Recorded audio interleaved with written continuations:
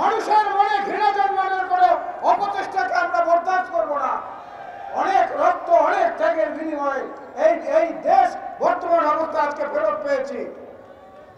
দেশনেত্রী বেগম খালেদা জিয়া বলেছিলেন আওয়ামী লীগ এক সময় পচে গলে দুর্গন্ধ হয়ে যাবে, আজকে তাই হয়েছে।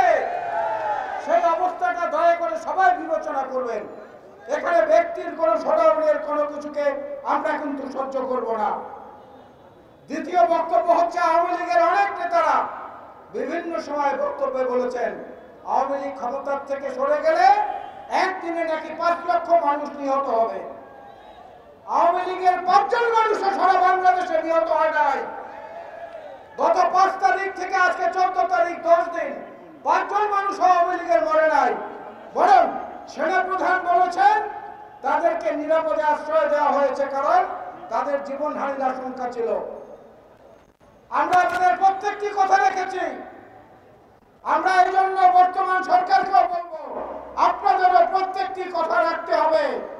আমাদের এই মঞ্চ থেকে আমরা স্যালুট জানাই, অভিনন্দন জানাই বৈষম্য বিরোধী আন্দোলনের নেতৃত্ব দানকারী সেই ছাত্র সমাজকে। যারা শহীদ হয়েছেন তাদের বিদেহী আত্মার মাগফিরাত কামনা করছি। আহতদের সুস্থতার জন্য আল্লাহর দরবারে দোয়া করছি। আর দুটি কথা না বললেই নয়।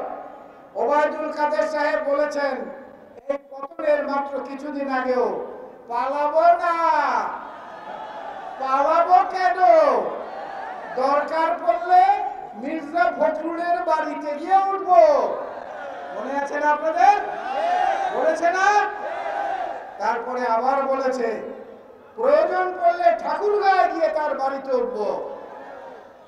ওবায়দুল কাদের সাহেব কোথায় আছেন জানি না। মির্জা ফখরুল এখন ঠাকুরগাঁয়ে আছে। যদি তার ওখানে যান হয়তো নিরাপদে থাকতে পারবেন, কারণ বিএনপির মধ্যে উদারতা আছে, বিএনপির মধ্যে আত্মবিশ্বাস আছে, বিএনপির মধ্যে পরম সহিষ্ণুতা আছে, যেটা আপনাদের মধ্যে নাই। সুতরাং আপনি আপনার কথা রাখেন, মির্জা ফখরুলের বাসায় যান, দেখবেন বিএনপি হচ্ছে আপনাদের সবচেয়ে নিরাপদ আশ্রয়স্থল। আমি আমার বক্তব্য বাড়াবো না বন্ধুরা। সামনে অনেক দায়িত্ব, অনেক কাজ, অনেক বেশি সজাগ থাকার প্রয়োজন। দেশনেত্রী বেগম খালেদা জিয়া এবং তারেক রহমানের নির্দেশনার বাইরে অতি উৎসাহী হয়ে কেউ কিছু করবেন না। 100-র উপরে নেতা কর্মীকে আমরা এখন পর্যন্ত বহিষ্কার করেছি, অনেক বড় বড় পদের নেতাকেও করেছি।